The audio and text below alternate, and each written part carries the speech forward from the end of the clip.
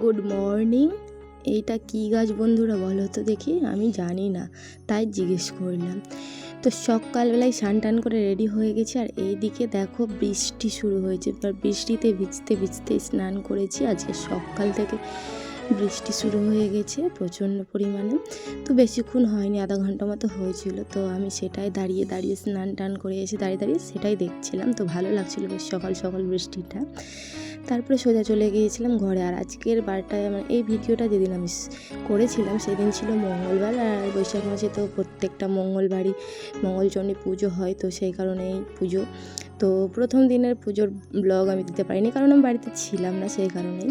তো এইটা হচ্ছে 4 নম্বর মঙ্গলবারের পুজো। তো পুজো টুজো যখন দিই তখন বৃষ্টির কারণে কারেন্টও চলে গিয়েছিল, অন্ধকারে পুজো দিতে হয়েছে।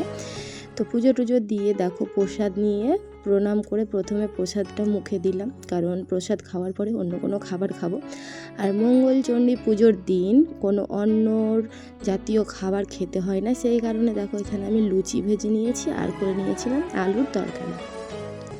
তো সেটাই আমি আজকে সারা দিন খাবো। তারপরে এইদিকে দেখো ছেলেকে স্নান করিয়ে মানে নিয়ে চলে এসেছি, দিয়ে তারপরে ওকে ড্রেস পরিয়ে চুলটা আঁচড়ে দিচ্ছি। ওকে তো স্কুল গিয়েছিলো, স্কুল থেকে এসে তারপরে খাবার খাইয়ে দিয়েছিলাম, তারপরে আমি স্নানটা করালাম। তো স্নান টান করে কিছুটা জামা কাপড়ও আমি খেঁচেছিলাম, তো সেইগুলো নিয়ে একদম একে রেডি করার পরে আমি সোজা চলে গিয়েছিলাম ছাদে জামা কাপড়গুলো মেলে দেবো যাতে শুকিয়ে যায়, সেই কারণে। তো এই যে চলে এসেছি ছাদে। তো ছাদে এসে এক এক করে আমি জামা কাপড়গুলো এখন শুকিয়ে নিলাম, মানে মেলে দিলাম যাকে বলে। তো মেলে টেলে দেওয়ার পরে একদম আবার চলে গিয়েছিলাম নিচে। আর ছাদে আসতে খুব একটা খারাপ লাগে না, ভালোই লাগে, কিন্তু আসা হয় না কারণ ছাদে আমার একটু সমস্যা আছে, সেই কারণেই। তো তারপরে জামা কাপড় মেলে টেলে আবার চলে গেছিলাম নিচে।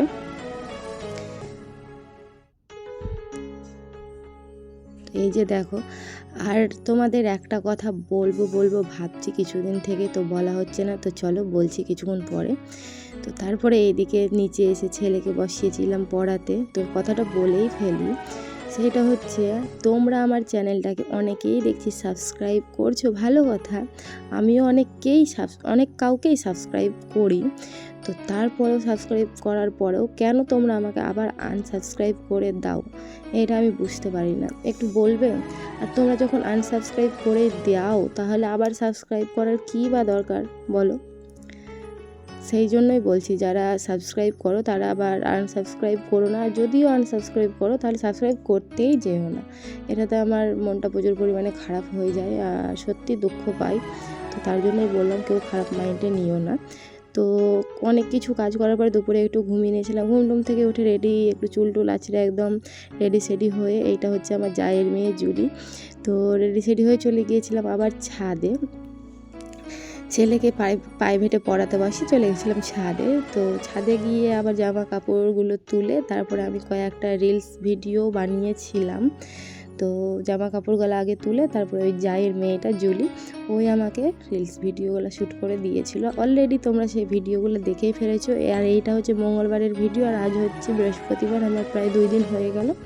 তো মানে প্রচুর অলস মানুষ আমি, সেই কারণে ভিডিও এডিট করতে আমার খুব বিরক্তকর লাগে, তাই ভিডিও আপলোড করা হয় না। তো চেষ্টা করি করার, তবুও। তারপরে দেখো সন্ধ্যাবেলায় খেয়েছিলাম হরলিক্স, ছেলের জন্য দিয়েছিলাম হরলিক্স, আর আমি বানিয়ে নিয়েছিলাম দুধ চা।